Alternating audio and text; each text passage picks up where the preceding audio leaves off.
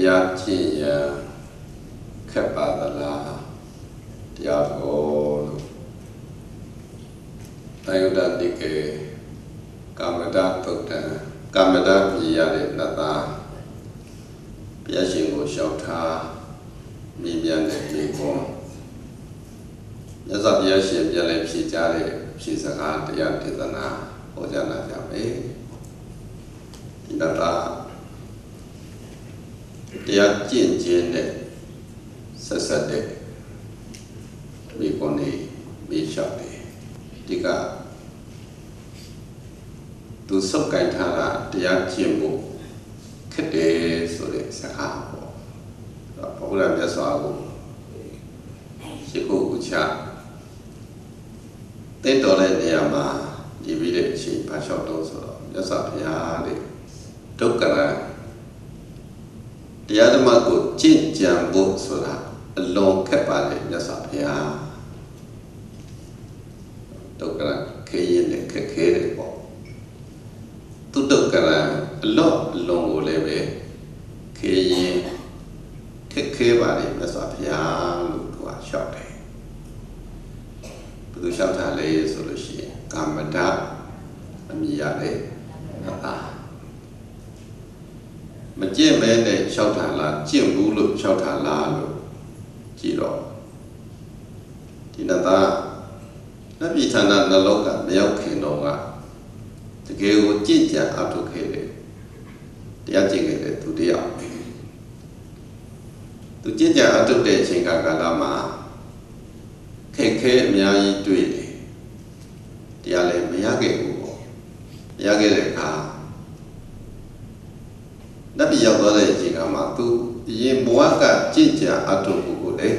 ပြန်သိတယ်ပြန်မြင်တယ်ခက်ခဲရှိတယ်ဆိုတာကိုလည်းသိတယ်ဘုရားရှင်ကလာလျှောက်တဲ့စကားတရားကျင့်ရတာတက်တယ်ဒီယောဂီပုဂ္ဂိုလ်တွေလည်းကျင့်နေတာဆိုတော့နတ်သားရဲ့စကားကန့်ကွက်ပါလားထောက်ခံပါနတ်သားတော့သူတကယ်ကျင့်ပြီးတော့မရခဲ့လို့ခက်တယ်လို့ပြောတာယောဂီတွေကတကယ်မကျင့်ဘဲနဲ့ခက်တယ်ဆိုရင်တော့မဟုတ်သေးဘူးတော့တေချာကြိုးစားပြီးတော့ကျင့်မိမယ်လို့ရကျင့်လို့ကျင့်တဲ့တရားကိုပြတ်သွားကုသိုလ်ကောင်းမှုရဲ့အစွမ်းကြောင့်နတ်ပြည်တော့ရောက်သွားတယ်နတ်ပြည်ရောက်တယ်ဆိုတဲ့ကဘိန်းတော့ကောင်းရသုကတိရောက်ခြင်းတရားမရတော့လည်းပဲကောင်းရသုကတိရောက်တယ်ဆိုလို့ရှိရင်ရှုံးလားမြတ်လားမြတ်ပါဘူးမြတ်သေးတာပဲပေါ့ဘယ်ငရေကြတာလဲဆိုလို့ရှိရင်အမြတ်ရတယ်မကျင့်အာမထုတ်ဘူးဆိုလို့ရှိရင်ခက်တယ်ဆိုပြီးတော့မလုပ်ဘဲနေရင်ကောင်းရသုကတိတောင်ရောက်ဖို့လွယ်လားလွယ်ပါဘူးကောင်းသုကတိတောင်ရောက်ဖို့ခေရင်ခက်ခဲပင်ပန်းမျောလင်းချက်ကျင့်တော့လေမပြီးမြောက်ခဲ့ဘူးပေါ့ခုဘုရားရှင်ကသူတွေ့ကြုံအခြေခံပြီးတော့ရှောက်တယ်မြတ်စွာဘုရားရဲ့တရားဓမ္မကျင့်ကြံဖို့ရရှိဖို့ဆိုတာခက်ပါလေဗျာအလော့ကိုခက်ပါလေဗျာခက်တယ်ဆိုရင်လည်းဘုန်းကြီးတို့ပြိတ္တိုင်အောင်မြင်သွားတဲ့သူတွေရှိလားမရှိဘူးလားရှိပါတယ်ဒါနဲ့တော့ပြန်ကြည့်ရမယ်ပေါ့နော်အောင်မြင်သွားတဲ့သူတွေပေါက်ရောက်သွားတဲ့သူတွေပြည့်မြောက်သွားတဲ့သူတွေရှိတယ်ဆိုတဲ့ဟိုကလို့ရင်တော့ကျင့်ရင်တော့ရနိုင်တဲ့နေထားရည်ချင်းပြည့်မီရင်တော့ရမယ်အခြေအနေမျိုးတော့မရှိဘူးလားရှိပါတယ်ဘာလို့မရသေးတာလဲဆိုလို့ရှိရင်နော်သူ့မှာလုံလောက်တဲ့တွေ့ကြုံလုံလောက်တဲ့ကြိုးစားအထောက်မှုလုံလောက်တဲ့ဉာဏ်ပညာမရှိသေးလို့ဖြစ်နိုင်တယ်ပေါ့အဲ့မှာဘုရားရှင်ကပြမိတ်လို့ဆိုတော့နတ်သားတဲ့တိလနဲ့ပြည့်စုံပြီးတော့တည်တတ်တဲ့သဘောရှိတဲ့သူသည်နော်တိလနဲ့လည်းပြည့်စုံမယ်တည်တတ်တဲ့သဘောလည်းရှိမယ်ဆိုလို့ရှိရင်တဲ့ဒီကျင့်လဲကျင့်နေတယ်ဆိုတဲ့သူသည်ပြုကျင့်ရန်ခက်ခဲတယ်ဆိုတဲ့တရားကိုကျင့်နိုင်ပါလေသူကျင့်နိုင်တော့ခက်တယ်ဆိုရင်လည်းကျင့်တဲ့သူတွေစွန့်တဲ့သူတွေမရှိဘူးလားရှိပါတယ်သူမရတော့လည်းပဲရတဲ့သူတွေကိုရှိတယ်ပေါ့အဲ့ဒီတရားတော်တဲ့သူတွေရဲ့အရေးချင်းကိုပြချင်မိတ်ပြရှင်းပြတာ သားတဲ့တီလာနဲ့ပြည့်စုံပါတရားကျင့်ဖို့မခက်ချင်ပါပြည့်စုံပါဒါလည်းအထောက်အကူတစ်ခုပေါ့ကျင့်ကြံအထုတ်တဲ့ခြင်းကမှတီလာရှိသူနဲ့မရှိသူတီလာပြည့်စုံသူနဲ့မပြည့်စုံသူမတူနိုင်တူနိုင်ပါတရားမရနိုင်ဘူးဖြစ်နေတယ်ဆိုလို့ရှိရင်ကိုကတစ်ဖက်ကပြန်ကြည့်ပေါ့ကိုယ့်ရဲ့ကိုကျင့်တီလာလုံလောက်ရဲ့လားပြည့်စုံရဲ့လားပေါ့ဒါကိုလည်းကြည့်ရသေးတီလာမရှိဘဲနဲ့တီလာမခိုင်မာပဲနဲ့တော့ရောက်ကိုလွယ်ပါဒါလည်းထိပ်သိစဉ်းစားတော့ကိုကနေကျင်စလို့နေတယ်ပေါ့စီကံလိုက်နာမှုမရှိဘူးပေါ့ကိုနှုတ်စိတ်ကိုတိမ်တိမ်စောင့်ရှောက်မှုအားနေတယ်ဆိုလို့ရှိရင်ဘုန်းကြီးတို့တီလာအားနေတာတီလာဆိုတာအကျင့်ပဲတီလာဆိုတာစီကံတီလာနဲ့ပြည့်စုံသူဖြစ်ရမယ်တည်တံ့တဲ့စိတ်သဘောလေးရှိရမယ်ရကျင့်သူမှာတည်တံ့တဲ့စိတ်အစိတ်တဲ့တည်တံ့တဲ့စိတ်ဆိုတာတမာတိလို့တမာတိကောင်းတယ်လို့ပြောနိုင်တဲ့အနေထားပေါ့စိတ်တည်ငြိမ်နေဆိုတော့တရားသာကျင့်တဲ့စိတ်ကမငြိမ်တဲ့သူကလွယ်ပါလားခက်ပါခက်ပါတီလာလည်းမပြည့်စုံဘူးတမာတိလည်းအားနေတယ်ဆိုလို့ရှိရင်တော့ကျင့်တဲ့ချိန်ကမှခက်ခဲနေမှာပင်ပန်းနေမှာကမ္မလနာတာတကယ်လည်းကျင့်တော့လည်းပဲသူ့မှာရည်ချင်းပြည့်မီဖို့မရအောင်တီလာတော့လည်းကောင်းတမာတိတော့လည်းကောင်းတို့အနေနဲ့ဖြစ်ကောင်းဖြစ်လေဘုရားရှင်တောင်းထောက်ပြတာသားတဲ့ကျင့်ဖို့ခက်တယ်ဆိုရင်ပဲလို့တီလာနဲ့လည်းပြည့်စုံမယ်တည်တတ်တဲ့စိတ်လည်းရှိမယ်ဆိုတဲ့တိက္ခပုဂ္ဂိုလ်ဘာပုဂ္ဂိုလ်လဲတိက္ခပုဂ္ဂိုလ်ဆိုတာကျင့်နေတဲ့သူပြောတာကျင့်နေတဲ့သူတိက္ခယောဂီတွေကျင့်နေတယ်ဆိုလို့ရှိရင်တိက္ခပုဂ္ဂိုလ်ပဲတိက္ခပုဂ္ဂိုလ်ကနေကျင့်လို့ပေါက်မြောက်အောင်မြင်သွားတဲ့အချိန်ကျတော့အတိက္ခကျင့်ပြီးပုဂ္ဂိုလ်လို့ခေါ်တယ်နှမျိုးတော့ကျင့်စေနဲ့ကျင့်ပြီးဘုယောဂီတွေကပဲလေပါကျင့်စေရနေပြီးတော့ပေါက်မြောက်သွားတော့မှအောင်မြင်သွားတော့မှလူကြီးရကျင်တဲ့တရားစင့်တန်ရမှကျင့်ပြီးအတိက္ခကိုကျင့်လို့ပြီးပြီလားပြည့်စုံပြီလားထောင်နှလုံးသွင်းရအခုကျင့်တရားမပြီးသေးဘူးဆိုတာအမြဲတမ်းမှတ်ထားကျင့်နေစေအကြောင်းမျိုးကြောင့်မကျင့်ပြည့်လည်းပဲကိုယ့်ကိုယ်ခံယူတာကိုယ်ကပါတော့ကျင့်စေကျင့်တဲ့အလုပ်ကိုဥစားမပေးနိုင်တဲ့အချိန်ရံပန်းရံကပဲကျင့်နိုင်တယ်ဆိုတဲ့နေထားပေါ့တနေ့မှမနေ့ပိုင်းလောက်ပဲအားထုတ်နိုင်တယ်နှလုံးသွင်းနိုင်တယ်တတိရှိတဲ့အချိန်လောက်လေးပဲအာရုံပြုပြတယ်ဆိုရင်တော့ကိုယ့်ကိုတတိပြုပေါ့ကိုကကျင့်ပြီးလားကျင့်စေရတမတ်တဲ့ရဲ့ပိုင်းခြားတစ်ခု9ရက်ကျင့်တယ်10ရက်ကျင့်တယ်1လကျင့်တယ်3လလုံးကျင့်တယ်ကျင့်ပြီးပြီလို့မမှတ်နိုင်ဘူးကျင့်ပြီးမပြီးဆိုတာကိုတရားရမရဆိုတာနဲ့မှတ်ပေါ့ဟုတ်ပြီလားတရားရရင်ကျင့်ပြီးမရသေးရင်ဆိုကြတာမရမချင်းကိုကျင့်နေတဲ့ပုဂ္ဂိုလ်တိက္ခပေါ့နော်တိက္ခပုဂ္ဂိုလ်ဒီဘာပြည့်စုံရမလဲဒီလပြည့်စုံရမယ်စိတ်ကလည်းပဲတည်တတ်တဲ့သဘောရှိရအဲ့လိုသဘောတရားတွေနဲ့ပြည့်စုံတဲ့သူဒီပြုနိုင်ဖို့ကျင့်နိုင်ဖို့ခက်ခဲတဲ့တရားကိုအောင်မြင်အောင်ကျင့်နိုင်တယ်လို့ဘုရားရှင်ကမိတ်ကျင့်ဖို့ခက်သလားဆိုလို့ရှိရင်သီလရှိမယ်တည်တတ်တဲ့စိတ်ရှိမယ်ကြိုးစားပန်းစားလဲကျင့်နေမယ်ဆိုလို့ရှိရင်မခက်ဘူးလို့ပြောချင်တာဟုတ်လားခက်တယ်ဆိုတာကတစ်ချက်မှလိုနေလိမ့်ပြန်ကြည့်ပေါ့ယောဂီတွေခက်နေတယ်ဆိုလို့ရှိရင်ကိုယ်ပါလို့လဲလို့ပြန်ကြည့်ရမှာဘာလို့တိကသီလ သီလကိုပြန်ကြည့်သီလကိုပြန်ကြည့်ခုရှစ်ပါးသီလနဲ့ကျင့်တယ်ဆိုလို့ရှိရင်ရှစ်ပါးသီလကလုံပြီလားပေါ့ယဟန်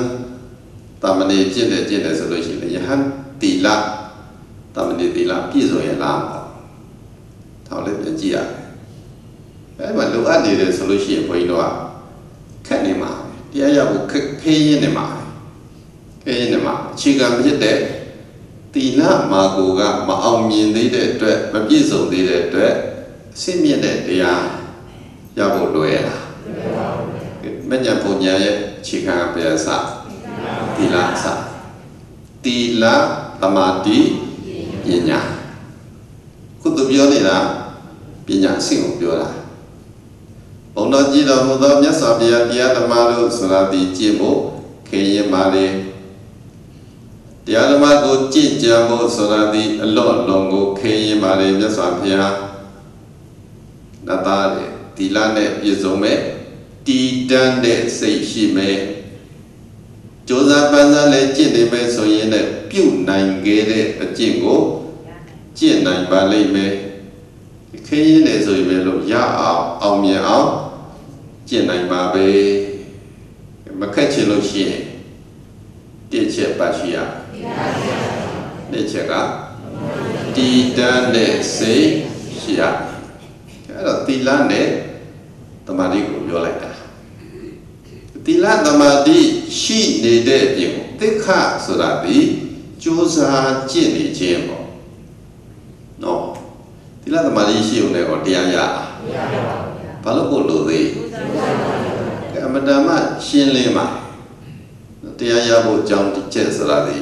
တကယ်ပြန်ကြည့်လိုက်လို့ရှိရင်သီလလည်းလိုတယ်သမာဓိလည်းလိုတယ်ကျင့်နေဖို့လည်းလိုတယ်သီလရှိတယ်စိတ်ရမတည်တတ်သေးဘူးပေါ့တည်ငြိမ်သေးဘူးဆိုလို့ရှိရင်ရဖို့မလွယ်သေး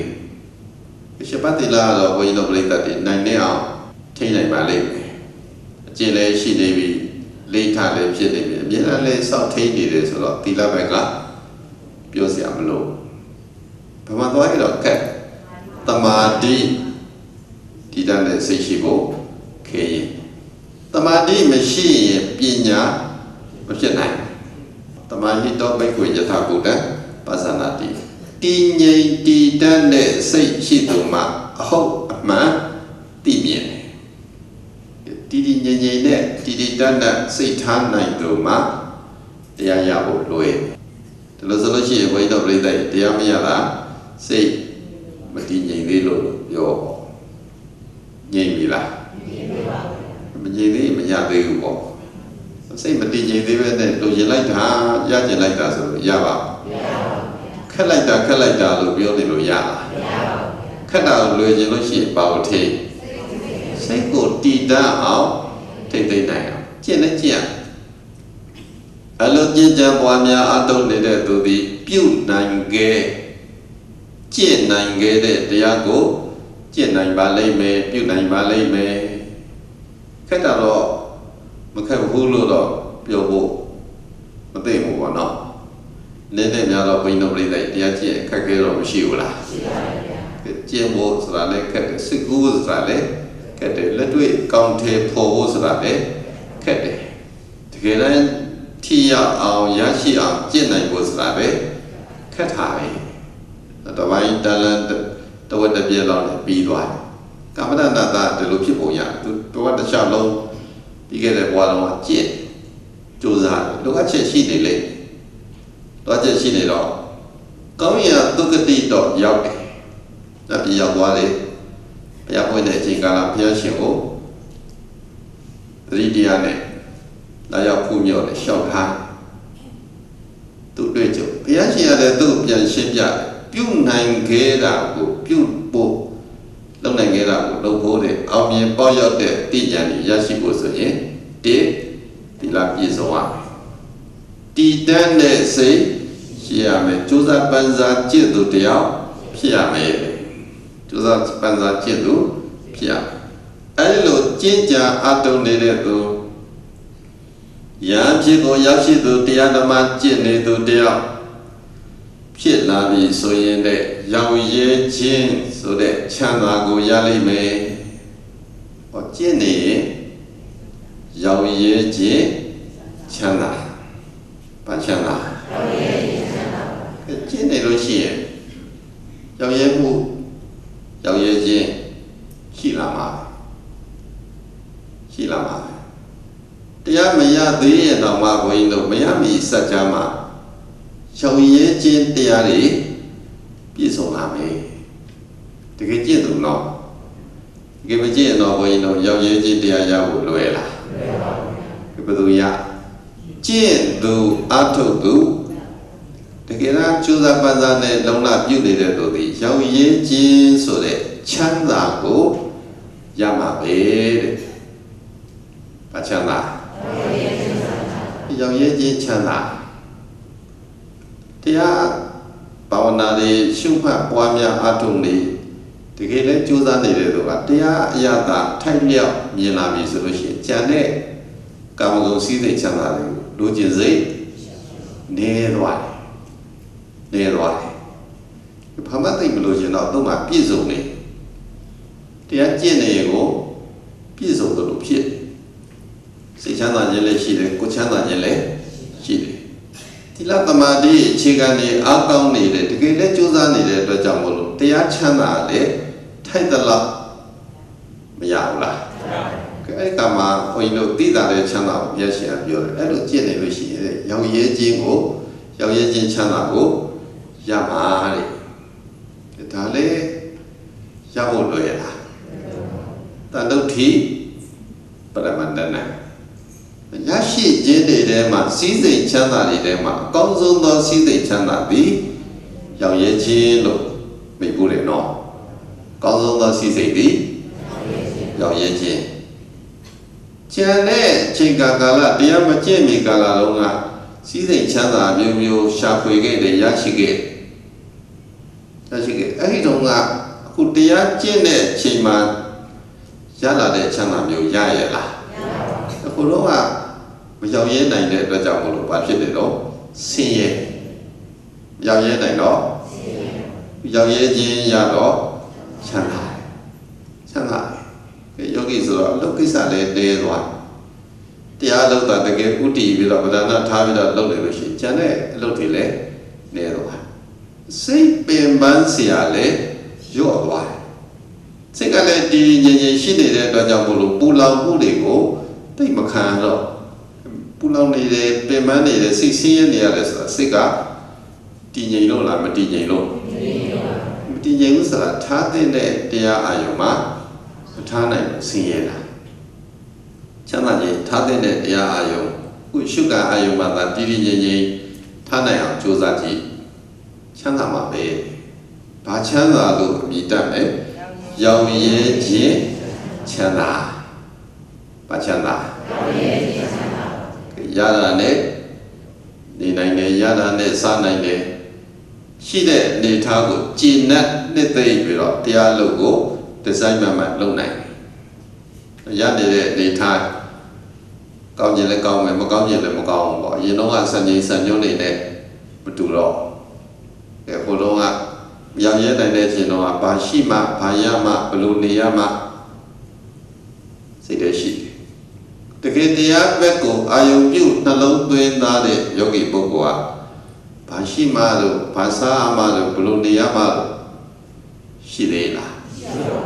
ဘူးတော်တော်ပြည့်စုံပါတယ်နော်ပြည့်စုံသွားရောက်ရဲနိုင်ရင်ပြည့်စုံအဲ့တော့ပြည့်စုံမှုချမ်းသာမှုဒီဘယ်ရရောက်ရဲခြင်းငါမှရရောက်ရဲခြင်းကိုရဖို့တက်ဆိုတာလည်းပဲသီလသမာဓိပညာတွေမလိုဘူးလားလိုပါတယ်စောစောပြောခဲ့တာတော့သီလလည်းပြည့်စုံရမယ်စိတ်လည်းတည်တတ်ရမယ်တကယ်လည်းကျင့်နေမယ်ဆိုလို့ရှိရင်ရောက်ရဲခြင်းချမ်းသာကြည်ကြလို့ကရမှာလို့ရရှိအောင်မိတ်တော့ကမ္မတနာတာပြန်လျှောက်မြတ်စွာဘုရားတဲ့ရောက်ရဲခြင်းဆိုတဲ့သဘောတရားကိုလည်းပဲရရှိရန်ခက်ခဲပါတယ်မြတ်စွာဘုရားရောက်ရဲခြင်းရဖို့ဆိုတာလေခက်ခဲတယ်ရောက်ရဲနိုင်ဖို့ဆိုတာလေခင်းနေလို့သူကပြောတာ နော်သူပြောနေတာလေအကုန်လုံးခက်ကြီးခုမှတွေ့တာမပေါ့ဘုရားရှင်ဒီလိုကြည့်မှဒီလိုနေမှလို့ပြောပြတော့သူတို့ကလွယ်နေလားခက်တယ်တရားနဲ့အညီနေဖို့ယောဂီစဉ်းစားပါတော့ဟိုတရားတွေနာတရားတွေလေ့လာတော့တော်တော်လေးသိလာပုဒ်တာတွေရှိလာတရားနဲ့အညီနေဖို့လွယ်ကူလားခက်ရင်တရားနဲ့နေဖို့တော့ခက်ရင်နေတယ်ဆိုတရားရဖို့လွယ်မလားလွယ်ဘူးတော့မရသေးတာဆိုတာကိုကမရနိုင်ဘူးလို့ပြောနေတာတကယ်တော့တရားနဲ့အညီနေနိုင်ပြီလားလို့ပြန်ကြည့်ပေါ့အရှားမကြည့်နဲ့ဒီမှာရောက်ရဲခြင်းကိုဘုရားရှင်ပြောလိုက်တယ်ဘယ်လိုသဘောတရားမြတ်စွာဘုရားရောက်ရဲခြင်းသဘောတရားဆိုတာလည်းပဲခဲရင်လာပါတယ်မြတ်စွာဘုရားရောက်ရဲခြင်းကိုရရှိဖို့တော်လည်းခက်ခဲပါတယ်မြတ်စွာဘုရားရောက်ရဲဖို့လည်းခက်ခဲအဲ့ဒီမှာရောက်ရဲခြင်းကိုရရှိဖို့ဘုရားရှင်ဗာပြောလို့ဆိုတော့နေ့ညဘာဝနာနဲ့ပြောတဲ့စိတ်ရှိနေတဲ့သူတစ်ချက်လာပြီနော်ခက်ခဲတာတွေမခက်ခဲဘူးပေါ့ခက်ခဲတွေကိုအောင်မြင်နိုင်ဖို့ဆိုလို့ရှိရင်နေ့ညဘာဝနာနဲ့ပြောတဲ့စိတ်ရှိရမယ်နေ့ညဆိုရင်နေရောညရောဘာဝနာတရားတွေနဲ့ပြောနိုင်ရမယ်နေကမှကျင့်တယ်ညပိုင်းညမကျင့်ပြဘူးညပိုင်းတော့အထုတ်တယ်နေကမှကြတော့တလောက်ကြီးမကြိုးစားဘူးဆိုတာမျိုးလဲမရှိအောင်နေညဘာဝနာနဲ့ပြောနိုင်တဲ့သူစိတ်အေးငြိမ်တဲ့သူဘာဝနာနဲ့ပြောရင်ဗာငြိမ်မယ်စိတ်ငြိမ်အေးသွားတယ်ဘယ်လိုပူလောင်နေတဲ့စိတ်မြဲတမ်းပူပန်နေတဲ့စိတ်ဆိုတာဒီဘာဝနာနဲ့မနေနိုင်တော့ဒီဘာဝနာနဲ့သာတကယ်ပြုတ်နှံပြီးတော့အင်းမြုပ်ပြီးတော့နေမယ်ဆိုလို့ရှိရင်စိတ်ကဘာဖြစ်လာမှာငြိမ်လာမှာငြိမ်အေးလာမှာကိလေသာတွေငြိမ်သွားတယ်ကိလေသာတွေထိုင်လျော့လျော့သွားတယ်ဆိုလို့ရှိရင်အပူကလျော့သွားတာစိတ်တွေပူလိုက်တာပင်မလိုက်တာပူလောင်လိုက်တာဆိုတာဒီဘာဝနာနဲ့နေသူလားမနေသူလားတရားကျင့်တဲ့သူမှာစိတ်ညစ်တယ်ဆိုတာရှိအောင်မလား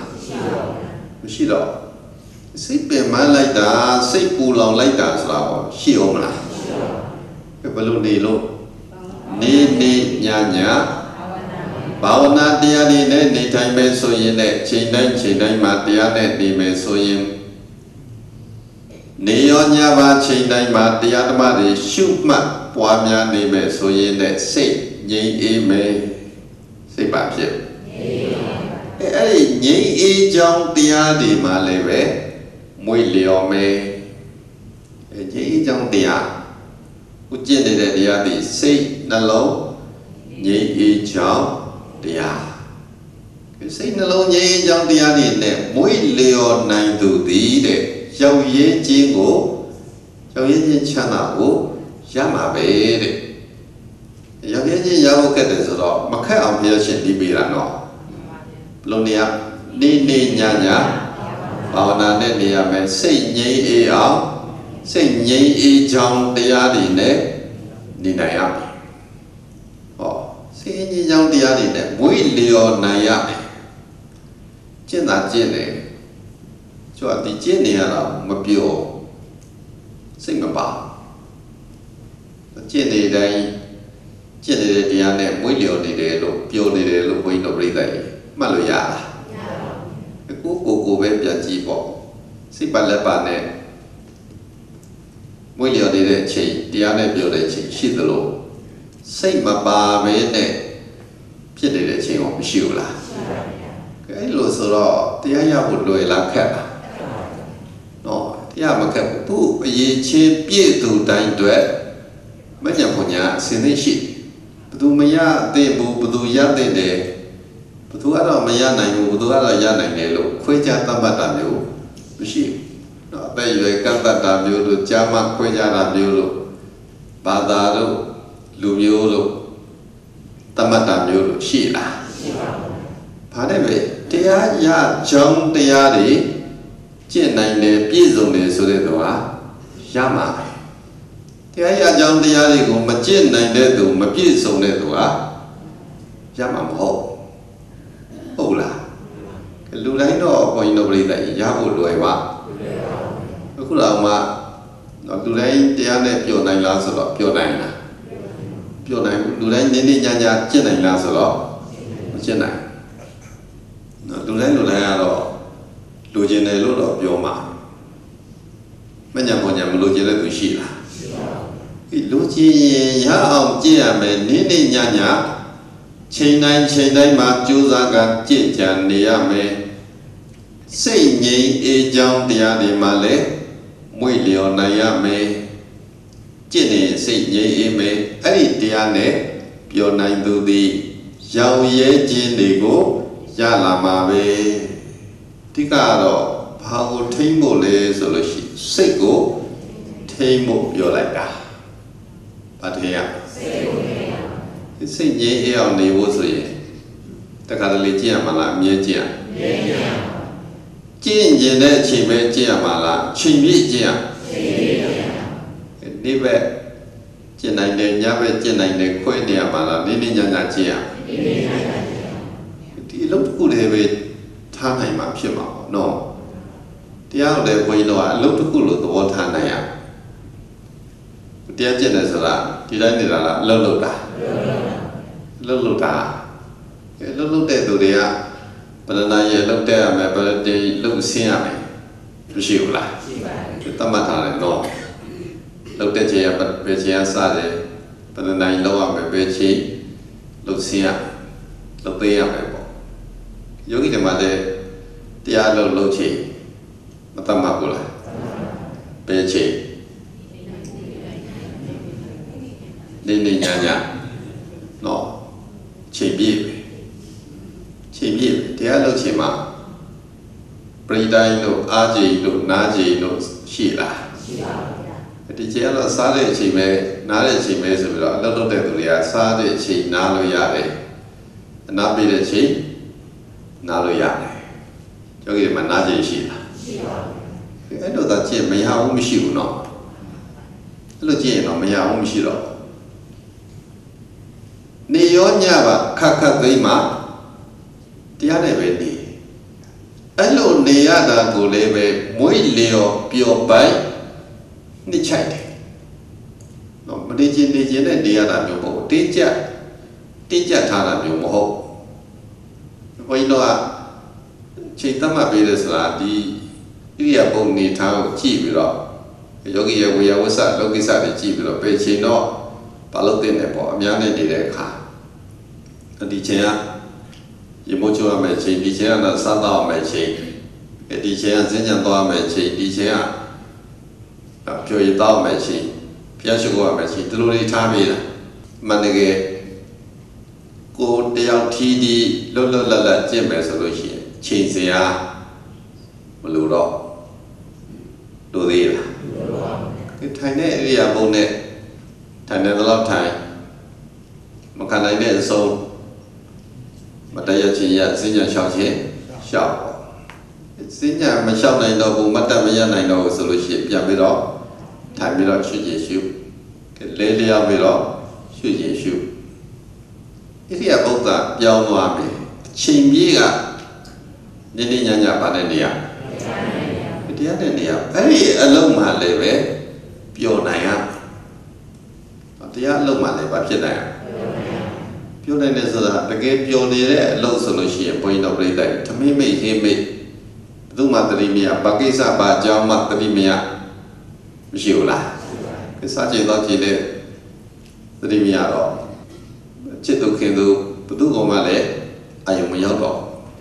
The Kukuman Pionere solution, sing with Zani solution, made one.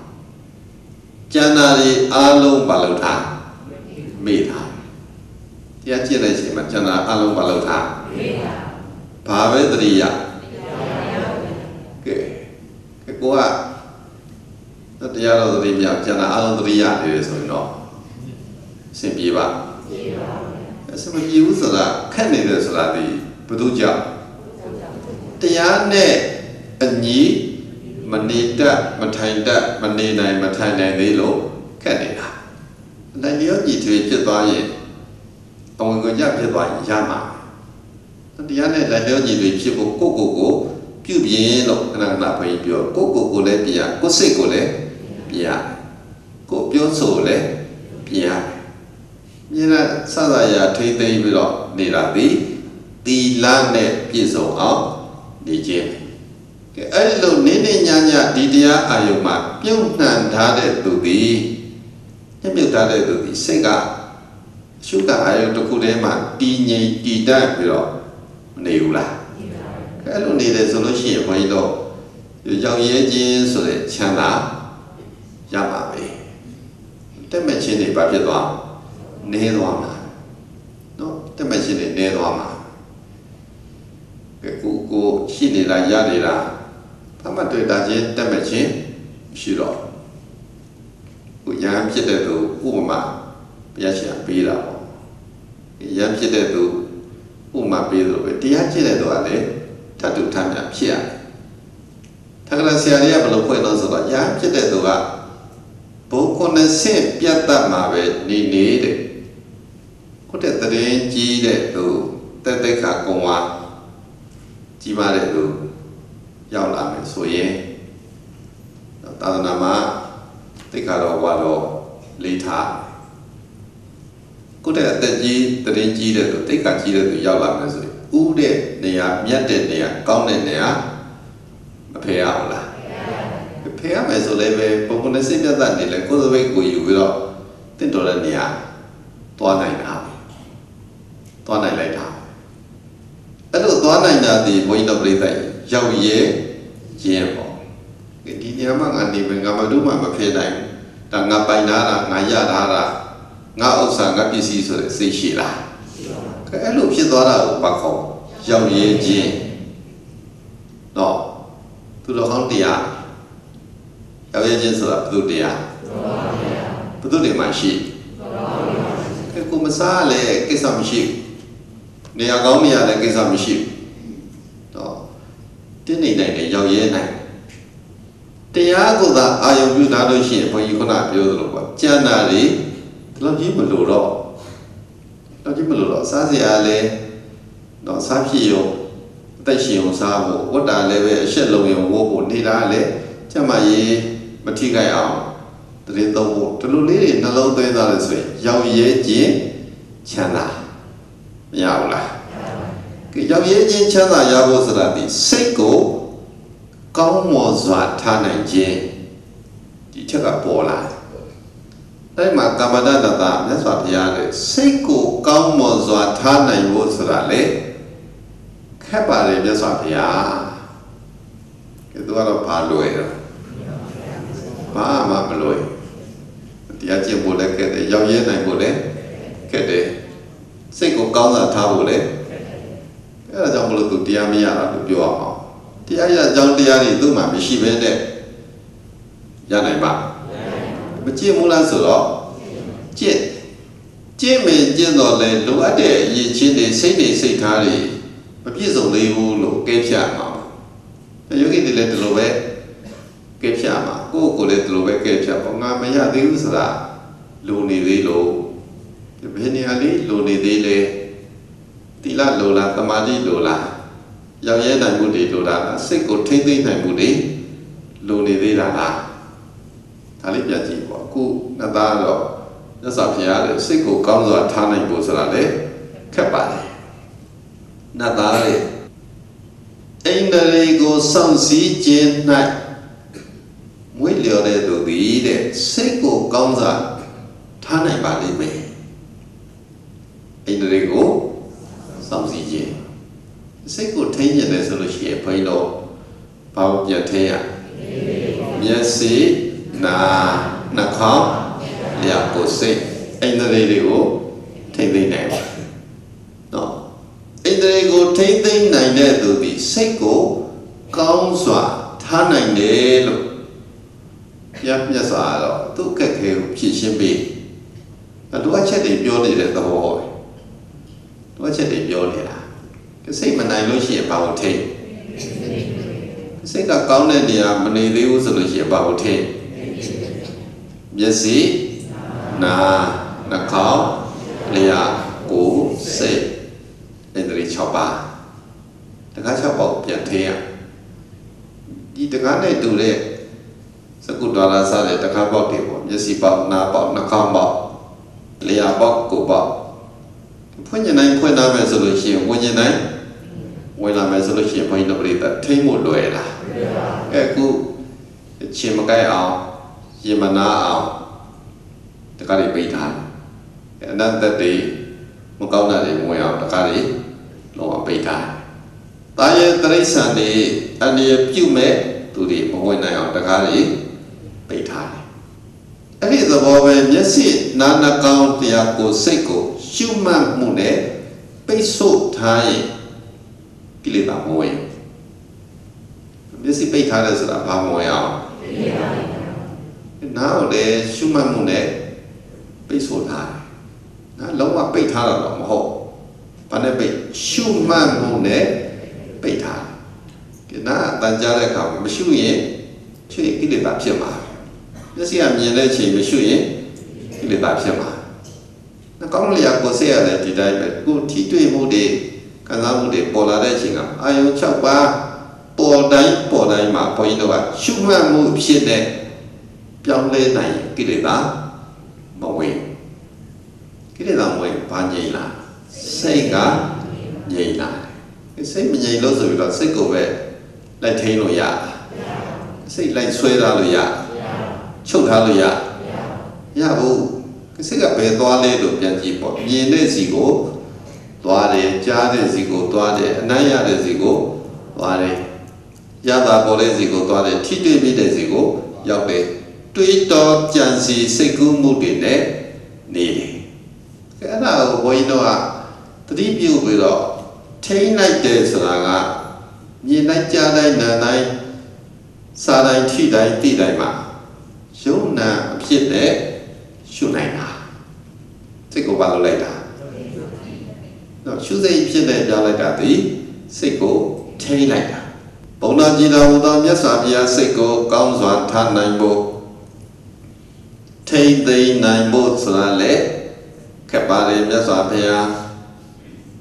ခက်ပါတယ်ဆိုတော့ဣန္ဒြေများကိုတုံကြအောင်ထိန်းမယ်ဆိုရင်ခက်ပါဘူးလို့ဘုရားရှင်ပြောတာခက်နေလို့ရှိရင်စိတ်ထိန်းဖို့ခက်နေလို့ရှိရင်ဘာကိုထိန်းဣန္ဒြေ6ပါးကိုထိန်းဣန္ဒြေငြိမ်သက်မှု၌ဝိလျော်လေဣန္ဒြေငြိမ်သက်မှုမှာဝိလျော်လေဣန္ဒြေဒီငြိမ်သက်တယ်ပေါ့ကြည့်ကျင်တိုင်းမကြည့်စီးနဲ့ကန်းနဲ့ကြည့်တဲ့နာပဲကြည့်နားထောင်တဲ့နာပဲနားထောင်နမ်းရှုတဲ့နာပဲနမ်းရှုတဲ့စားတဲ့နာပဲစားမယ်အချိန်ပဲစားတယ်ထိတွေ့တဲ့နာကိုသာထိတွေ့တယ်စဉ်းစားစိတ်ကူးတဲ့နာကိုသာတွေ့တော့ကြံစီတယ်ဘာကိုထိလိုက်ဣန္ဒြေ6ပါးထိသိမ်းမှု၌မွေလျော်သူသည်စိတ်တည်ငြိမ်မှုစိတ်ကိုကောင်းစွာထားနိုင်မှုတွေရလာလိမ့်မယ်အဲ့လိုနေနိုင်တဲ့သူသည်တဲ့သေမင်းဆိုတဲ့ပိုက်ကုံကိုဖြတ်တောက်နိုင်ပါလိမ့်မယ်သေမင်းကိုရက်ကိုဖြတ်နိုင်မယ်အဲ့ဒီ6ပါးနိုင်သွားပြီစိတ်ကိုနိုင်နေသွားပြီဆိုတဲ့သူကသေမင်းရဲ့လွှမ်းမိုးမှုမခံတော့ခုကဘုန်းကြီးတို့ကတန်တရားနဲ့နေတယ်ဆိုတော့သေမင်းကပိုက်ကွန်ကြီးနဲ့အုပ်ထားသလိုပဲဒီထဲကမထွက်နိုင်ဘဝတဲ့တန်တရားထဲမှာနေတာဒီသေမင်းရဲ့စိုးမိုးမှုအောက်လွှမ်းမိုးမှုအောက်မှာမနေရဘူးလားမသေးခြင်းမဲ့နဲ့သေရတယ်ဆိုတဲ့ဟိုကကိုယ်သဘောလားသူ့သဘောဘယ်ချင်းသေရမယ်ဆိုတာကိုမသိနိုင်ဘူးဆိုတဲ့ဟိုကသူ့သဘောလားကိုယ်သဘောသူကဘယ်လောက်ထိလွှမ်းမိုးတာလဲလို့ကြည့်နော်အဲ့ဒီလွှမ်းမိုးမှုတွေကိုဖြတ်တောက်ခြင်းနဲ့ဆိုရင်ဣန္ဒြေ6ပါးထိမ့်သိမ့်မှုမှာမွေလျော်စိတ်ကိုကောင်းစွာထားနိုင်သူဖြစ်ဖို့လိုတယ်စိတ်ကိုတရားအာယုံမှာပဲအာယုံပြုပြီးတော့နေနိုင်အောင်ကြိုးစားတဲ့ကျင့်နိုင်အောင်ကြိုးစားတဲ့ကြင့်ကြံမှုမှာလည်းမွေလျော်တယ် ရောက်ရဲ့တင်းနေခြင်းတွေကိုလည်းရရှိတယ်ကျင့်နေတဲ့အားလည်းအတုံနေတဲ့နေရောညပါချိန်တိုင်းမှာနှလုံးသွင်းရှုမှတ်ပွားများလေတစ်စင်ဘုန်းကြီးတို့လောက်ရမယ်လောက်ပြီးပေါ်လာဒီတိုင်းနေရမှာလားမြင်သမျှကြားသမျှရှုရမှာမြင်ရကြားရအလုံးကိုရှုရမယ်နော်ယုံနာဖြစ်နေမြင်တတ်အောင်သင်ယူပြီးတော့သေချာလေ့ကျင့်ပြီးတော့အထုနေအဲ့လိုအထုနိုင်တဲ့သူဒီသေမင်းရဲ့ကိုယ်ရက်ကိုဖောက်ထွက်နိုင်လိမ့်မယ်သေမင်းရဲ့ပိုက်ကွန်ကြီးကိုဖောက်ထွက်သွားနော်သေမင်းရဲ့ပိုက်ကွန်ကြီးဘာလို့သွားထွက်နိုင်လူကအများစုလားအနည်းစု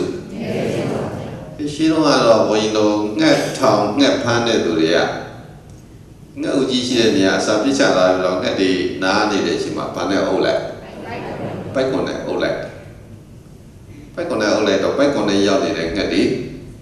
မပြန်နိုင်တော့မလွတ်နိုင်တော့ကဲအဲ့ဒီနေရာမှာစွမ်းနိုင်တဲ့သူတန်စွမ်းတဲ့သူတွေကတကောင်တလေဖောက်ထွက်သွားတာမျိုးမရှိဘူးလားအဲ့လိုပဲဘုန်းကြီးတို့တန်တရားတရားနေပြီးတော့ထွက်နိုင်တဲ့သူကအများစုလားအနည်းစုဆိုတော့အရေးချင်းနေရှိတဲ့သူကလည်းအများစုလားအနည်းစုအနည်းစုပဲတကယ်ကြိုးစားတကယ်ကြင်ကြံတကယ်အားထုတ်တကယ်တရားလုံးမှာသင်ပြုပျော်နိုင်တဲ့သူသည်တင်မဲပိုက်ကောင်ကိုဖောက်ထွက်နိုင်လိမ့်မယ်အရိယာပုဂ္ဂိုလ်တို့သည်မညီညွတ်တဲ့လမ်းကိုသွားနိုင်ကြတယ်ဘုရားမြတ်စွာဘုရားတဲ့စကားအရိယာပုဂ္ဂိုလ်တွေဒီဘယ်လမ်းသွားမညီညွတ်တဲ့လမ်းကိုသွားနိုင်တယ်တာမန်လူတွေကမညီညွတ်တဲ့လမ်းမှာဥကောင်းစောက်ထိုးချော်ကြလဲကြမသွားနိုင်ကြဘူးမညီညွတ်တဲ့လမ်းဆိုတာခုခက်ခဲတဲ့လမ်းကိုပြောချင်တဲ့သဘောနော်ပြည်နေတယ်ချောနေတယ်ဆိုလို့ရှိရင်တော့လူတိုင်းသွားနိုင်မယ်ပေါ့လမ်းဆိုးတယ်ကြမ်းတယ်လူတိုင်းသွားဖို့လွယ်လားတောင်းတွေပါတွေတက်ရတယ်ကြောက်ကဘာတွေပါတွေဖြတ်ရတယ်သွားနိုင်ဖို့လွယ်လားသွားနိုင်ဖို့မလွယ်တော့လည်းပဲသွားနိုင်တဲ့သူတွေရှိတယ်ဒီမှာဆွမ်းတဲ့သူတွေကိုပြရှင်းပြတန်တရားဆိုတဲ့လမ်းညာကနေနိဗ္ဗာန်ကိုသွားနိုင်တဲ့သူတွေဒီအရိယာပုဂ္ဂိုလ်တွေကသွားနိုင်အညီညွတ်တဲ့လမ်းကိုသွားနိုင်တာမန်လူတွေကမညီညွတ်တဲ့လမ်းကိုသွားဖို့မလွယ်အရိယာပုဂ္ဂိုလ်တွေဒီကျင့်မယ်ဆိုတဲ့ကျင့်နိုင်တယ်ခက်ခဲတော့လည်းပဲရင်ဆိုင်နိုင်တယ်တော့မပြေးမရင်းနဲ့ကိုကြိုးစားအားထုတ်ခြင်းတွေပြုနိုင်တယ်စိတ်ကိုလည်းပဲထိမ့်သိမ့်နိုင်ဒါကြည့်တော့အဖြစ်ဘုန်းကြီးတို့တရားကျင့်တယ်ဆိုတာအထိုက်အလျောက်တော့ခက်ခဲမရှိဘူးလားရှိပါတယ်ခက်ခဲတော့ရှိမှာလွယ်လွယ်လေးနဲ့တော့မရနိုင်တော့တချို့ကဘယ်လိုထင်လဲဆိုတော့တရားကျင့်တယ်ဆိုတာရှေ့ကတရားရသွားတဲ့ပါရမီဘုံကံပညာဉာဏ်ပြည့်စုံသူတွေကိုကြည့်ပြီးတော့ဟိုတရားတစ်ပုဒ်ဆိုရင်တရားရသွားတာခဏတစ်ပြုတ်နှလုံးသွင်းလိုက်တာနဲ့ရသွားတဲ့သူတွေရှိတာတူတယ်နောင်ကြရင်တော့အဲ့လိုရမှာပဲဟုတ်လားကဲလို့လမ်းပြီးတော့မှန်တာမရသွားတဲ့ပုဂ္ဂိုလ်တွေကဒီလိုပဲတက်တာနေသွားတာလားဆိုတော့မဟုတ်တကယ်ကိုနေလန်းကလာကြိုးစားသွားကြိုးစားကျင့်တဲ့အချိန်ကြိုးစားကျင့်တဲ့ဘဝဒါဘုန်းကြီးတို့ကပြန်ပြင်ကြည့်ရတကယ်ထင်ရှားတဲ့ပုဂ္ဂိုလ်တွေပေါ့အရိယာဖြစ်ရောက်ရှိသွားကြတဲ့အရှင်မြတ်တွေသူတို့ကျင့်ကြတော့တဲ့ကဘယ်နှဘဝကျင့်တယ်ဘယ်ကဘာလုံးကကျင့်တယ်ဘယ်နှဘကဘာပါဠိဖြစ်တယ်ဆိုတာမရှိဘူးလားရှိပါတယ်အဲ့ဒီအချိန်တုန်းကတက်တာပဲနေတာလားတကယ်ကြိုးစားဘုရားကတကယ်ကြိုးစားလို့တော့အခုအချိန်မှာလွယ်လင်းတကူရအခုလည်းတကယ်မကြိုးစားသေးဘူးဘုရားကလည်းမကြိုးစားခဲ့ရှေ့ဆက်လည်းပဲတကယ်မကြိုးစားဆိုလို့ရှိရင်တော့လွယ်ကူကူရဖို့လွယ်ပါ ဒီလိုကူနဲ့ရကြတယ်ဆိုလို့ရှိရင်ဘာလို့ရမှာကြိုးစားမှသာရမညီညွတ်တဲ့လမ်းခဲရင်တဲ့လမ်းခက်ခဲတဲ့လမ်းကိုဘယ်သူသွားနိုင်ရိယာပုဂ္ဂိုလ်တွေသွားနိုင်တယ်တာမန်လူတွေကသွားနိုင်ဘူးလေအရိယာပုဂ္ဂိုလ်တို့ဒီတဲ့မညီညွတ်တဲ့လမ်းကိုတော့မှညီညွတ်အောင်ပြုနိုင်တဲ့သူတွေပါပဲနော်မညီညာတဲ့လမ်းမပြည့်ပြည့်တဲ့လမ်းပြည့်ပြည့်အောင်ပြုနိုင်တာဒီအရိယာအခုလမ်းတစ်ချောင်းမကောင်းဆိုလို့ရှိရင်ဘုန်းကြီးတို့ဒီတိုင်းသွားနေကြိုက်တယ်ခွက်တယ်ဖူးတယ်တစ်တယ်ရှိဒီအဲ့ဒီတိုင်းပဲနေလို့ရှိရင်တော့ဒီလမ်းကောင်းလာမကောင်းလားဖြစ်တဲ့နာဖြစ်ဖို့တဲ့နာဖို့ညှိတဲ့နာညှိပေါ့ကျအဲ့လိုသွားလို့ရှိရင်တဖြည်းဖြည်းနဲ့ပါပြပါလမ်းကောင်းလာမကောင်းတဲ့လမ်းနေကောင်းအောင်ကြိုးစားနိုင်အရိယာပုဂ္ဂိုလ်တို့ဒီတဲ့မညီညွတ်တဲ့လောကမှာညီညွတ်သူများဖြစ်ကြတယ်နောက်ဆုံးမြတ်စွာဘုရားရဲ့မှတ်ချက်စကားမညီညွတ်တဲ့လောကမှာညီညွတ်တဲ့သူဆိုတာဘယ်သူပဲရှိဒီလောကအများစုကရိယာများလားတာမန်လူတွေများတာမန်လူတွေရဲ့လောကသည်ညီညွတ်လားမညီညွတ်လားညီညွတ်အောင်လုပ်တာညီညွတ်တယ်မလုပ်နော်မညီညာဘူးမပြေပြည့်ဘူးဆိုရင်ညီညာအောင်ပြေပြည့်အောင်တော့ဘယ်သူတွေပဲစွမ်းတော့အရိယာပုဂ္ဂိုလ်တွေသာစွမ်းတယ်အဲ့တော့အရိယာပုဂ္ဂိုလ်တွေဒီတရားရဖို့ခက်ခဲဆိုတာရှိသေးလားမရှိတော့ဘူးအဲ့ဒီခက်ခဲတွေကိုသူတို့ကိုယ်တိုင်ဖြေရှင်းနော်ခက်ခဲတွေကိုဘယ်သူဖြေရှင်းပေးမှာကိုယ်တိုင်သာလျင်ဖြေရှင်းခုဒီတုတ်တံမှာကာမတဏ္ဍတာကိုမြတ်စွာဘုရားရှင်းပြသွားတာဒီ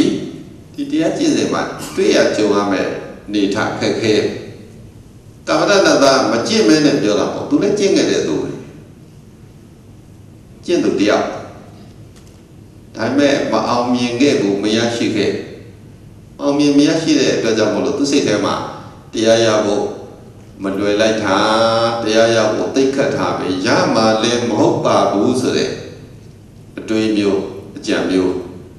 မရှိနိုင်ဘူးလားရှိပါဘူးဒါကိုယ်ဝင်နေနဲ့ဆောက်ပြလာလျှောက်တာဒုက္ခရသူဒုက္ခရတရားဓမ္မကိုကြည်ကြအားထုတ်ဖို့ဆိုတာခက်ခဲပါလေအလုံးကိုခဲရင်လာပါလေမြတ်စွာဘုရားဒီတော့မြတ်စွာဘုရားရှင်ကစပြီးတော့ပြောသီလပြည့်စုံအောင်လုပ်စိတ်ကိုတည်တတ်အောင်တည်ငြိမ်အောင်ထားကဲလို့ဆိုလို့ရှိရင်ရောက်ရဲနိုင်လိမ့်မယ်ချမ်းသာတွေ့လိမ့်မယ်ရောက်ရဲနိုင်ဖို့လည်းဘယ်လိုပါဘူးဘုရားဆိုတော့ရောက်ရဲနိုင်ဖို့ပါလို့တော့နေ့နေ့ညညဘာဝနာနဲ့ပြောနိုင်အောင်ကြိုးစားပါနေရောညပါကကသိမ့်မှာတရားလုပ်ကိုအထုတ်နေနိုင်အောင်ကြိုးစားဖြစ်ခြင်းမှာတရားကျင့်ခြင်းနဲ့လည်းပျော်မွေ့ပါစေကဲဒီလိုနေနိုင်လို့ရှိရင်တော့ဘုန်းကြီးတို့ကျန်တာတွေကိုရောက်ရဲပြီးတော့ကာမဂုဏ်ဘက်ကိုလျှော့ပြီးတော့ဘယ်ဘက်ကိုရောက်လာတရားဘက်ကိုရောက်လာရောက်ရဲသွားတယ်ဆိုတာကာမဂုဏ်ဘက်ကိုလိုချင်တာလားမလိုတော့လားကဲခုကကျင့်နေတဲ့ကာလမှာကာမဂုဏ်ဘက်ကိုတောင်းတမှုလိုချင်မှုများနေဒီဘက်ကတရားဘက်ကဆွတ်ယုံမှာမရောက်ရဲနိုင်သူဟာတရားဆွတ်ယုံမှာဆောက်ရုပ်တယ်ဆိုတာဒီတစ်ဖက်ကကာမဂုဏ်ကိုတောင်းတမှုမမောမှုတွေပါဖြစ်နေတာများတယ်ကဲအဲ့ဒီဘက်ကလျှော့ရင်ဒီဘက်ကတက်လာတစ်ဖက်စီမြင်ကြည့်လိုက်ဘုန်းကြီးတို့တရားဓမ္မနဲ့ကာမဂုဏ်နဲ့တရားချမ်းသာနဲ့ကာမချမ်းသာဧကစားကပြောကနဲ့လောကလူတဘာဝရနေကြတယ်ဆိုတာဘာချမ်းသာကာမချမ်းသာလူတို့ရဲ့ကာမချမ်းသာအဲ့ဒီလူတွေနှစ်သက်ကြတဲ့ကာမချမ်းသာမျိုးတော့တရားကျင့်သူရဖို့လွယ်လားရကျင်လားမရချင်လို့ကျင့်တာလို့မြင်ရမယ်နော်ကာမချမ်းသာသည်ဒုက္ခများ ကမ္မချမ်းသာရှားတာလဲဒုက္ခသိသိရတာလဲဒုက္ခသုံးဆွဲရတာလဲဒုက္ခဆောက်ရှောက်ရတာလဲဒုက္ခဆိုတော့ဒီဒုက္ခတွေမလို့ခြင်းလို့လွတ်ကင်းကျင်တယ်ငြိမ်းကျင်တယ်ချမ်းသာခြင်းတယ်ဆိုလို့ဘာချမ်းသာကိုရှာတော့တရားချမ်းသာကိုရှာဒီတရားချမ်းသာဘက်ကိုရောက်လာတဲ့သူဒီကာမချမ်းသာဘက်ကိုလိုလားမှုတောင်းတမှုတွေဘာဖြစ်သွားနေသွားရောက်ရဲနိုင်ရမလိုတော့အဲ့ဒါသူဘာလိုခြင်းတော့တရားလိုခြင်းနော်အဲ့လိုတရားလိုခြင်းတဲ့စိတ်ရှိလာပြီးကျင့်လဲကျင့်နေပြီဆိုတဲ့ချိန်ကမှာစိတ်ကိုထိမ့်သိမ့်ဖို့ခက်ခဲတော့ရှိအောင်မှာအခုကျင့်နေတယ်ဆိုတဲ့အခါမှာတကယ်တည်းကျင့်တယ်တကယ်တည်းတရားလိုခြင်းကျန်တာလည်းမမှတ်တော့အခုယောဂီတွေခက်နေတာစိတ်ကိုထိမ့်သိမ့်ဖို့ခက်တယ်ဆိုတဲ့အဆင့်အနေထားမရှိဘူးလားရှိပါဘူးဘာကိုထိမ့်ဖို့ခက်စိတ်ကိုထိမ့်သိမ့်ကျင်တယ်လို့ရှိရင်ဘာကိုထိမ့်ရအိန္ဒြေ6ပါးကိုထိမ့်ရနော်အိန္ဒြေ6ပါးကိုထိမ့်လိုက်စိတ်ကိုထိမ့်လိုက်ကဲအိန္ဒြေ6ပါးထိမ့်တယ်ဆိုတာမျက်စိနာနာကောင်းတရားကိုစိတ်ကိုအရှုအမှတ်လေးနဲ့နေလိုက်တာမျက်စိကမြင်တယ်မြင်ရတဲ့ပြပအာယုန်တွေဆင်းမျိုးစုံဥပါယုန်တွေသည်ယုတ်တရားမြင်တတ်တဲ့မျက်လုံးမျက်စိကလည်းယုတ်တရားသိသွားတဲ့စိတ်ကမြင်သိစိတ်ကနတ်တရားအတန်ကြားတဲ့အတန်ကယုတ်တရားကြားတတ်တဲ့နာကလည်းကြားသိစိတ်ကနတ်တရားအနတ်ရတယ်အနတ်ရှုတယ်အနတ်မျိုးစုံကယုတ်တရားနတ်နေကိုခံယူတတ်တဲ့ကာဏပဒါနှာခေါင်းဆိုတာလေနန္တိစိတ်ကနတ်တရားစားတော့တိုင်းဝါမြူတိုင်းမှာတော့ဘာပဲစားဘာပဲတော့ပေါ့ရှားပေါ်ရောက်လာတဲ့အရာသားတွေဗာတရားဒီရှားလေဗာတရားစာတိစိတ်ကကိုမှထိတွေ့တဲ့ကျမ်းသာနုဒ္ဒပူရာအေးတာပြော့တာမာတာဆိုတာ6တာဗာတရားဒီခန္ဓာကိုယ်ကလည်းထိသိစိတ်ကတွေးနေတဲ့စိတ်ကြံစီစဉ်းစားတဲ့စိတ်ကတရားဘာလို့ထိအိန္ဒြေ6ပါးကိုထိလိုက်ရှုမှတ်မှုနဲ့ထိရှုမှတ်မှုတွေနဲ့ပိတ်ဆို့ထားတဲ့အခါမှာကောင်းစွာစိတ်ကိုတရားအာရုံမှာထားနိုင်ပါတယ်တရားအာရုံမှာစိတ်ကိုတည်တည်ငြိမ်ငြိမ်လေးတည်တည်တတ်တတ်လေးဖြစ်အောင်ထားလေနေ့ညမပြတ်လဲရှုမှတ်တယ်အဲ့လိုရှုမှတ်တဲ့ပုဂ္ဂိုလ်ကတော့ကျင့်တဲ့ဧကံမရဘူးလားရပါတယ်တရားရသွားတယ်ဆိုတာကိုဘုရားရှင်ကဘယ်လိုပြောတိမိကိုရက်ကိုဖောက်ထွက်နိုင်တဲ့သူတဲ့နော်တိမိကိုရက်ဖောက်ထွက်နိုင်တယ်ဆိုတော့နောက်တစ်ခါမသေးတော့တိမိလက်ကလွတ်သွားတယ်ပေါ့ကိုချင်းနာချင်းသိချင်းတရားတွေကုန်ကင်းရဒီဘက်မှာအာယုပြုအဲ့ဒီပုဂ္ဂိုလ်တွေဒီတဲ့မညီညွတ်တဲ့လမ်းကိုသွားနိုင်တယ်ခက်ခဲတဲ့လမ်းကိုသွားနိုင်တယ်လို့ပြောရခက်ခဲတဲ့လမ်းကိုအောင်မြင်စွာဖြတ်သန်းသွားနိုင်တာအရိယာခက်ခဲတဲ့လမ်းဆိုပြီးတော့စိတ်တကြစိတ်ပြက်မသွားနိုင်တဲ့သူမလွန်မြောက်နိုင်တဲ့သူကတာမန်လူပေါ့အဲ့တော့တရားကျင့်ရတာခက်တယ်ဆိုရင်ပဲလို့အောင်မြင်အောင်ကျင့်နိုင်သူတွေမရှိဘူးလားရှိပါတယ်အောင်မြင်အောင်ကျင့်နိုင်သူတွေကအရိယာမအောင်မြင်သေးတဲ့သူတွေကတာမန်ပုရုษင်ပေါ့ဒီလောကကြီးထဲမှာအရိယာပုဂ္ဂိုလ်တို့သည်ညီညွတ်တဲ့သူတွေညီညွတ်အောင်ပြုနိုင်တဲ့သူတွေပဲမညီညွတ်ခဲရင်းနေတာခက်ခဲတွေဖုတစ်တွေကိုအကုန်လုံးဖြည့်ရှင်းနိုင်တယ်ပြည်လည်သွားအောင်ကြင်ကြံနိုင်တဲ့သူကအရိယာမကျင့်နိုင်တဲ့သူဖုတစ်တွေနဲ့ဒုက္ခရောက်နေတဲ့သူကလူစဉ်တာမန်လူ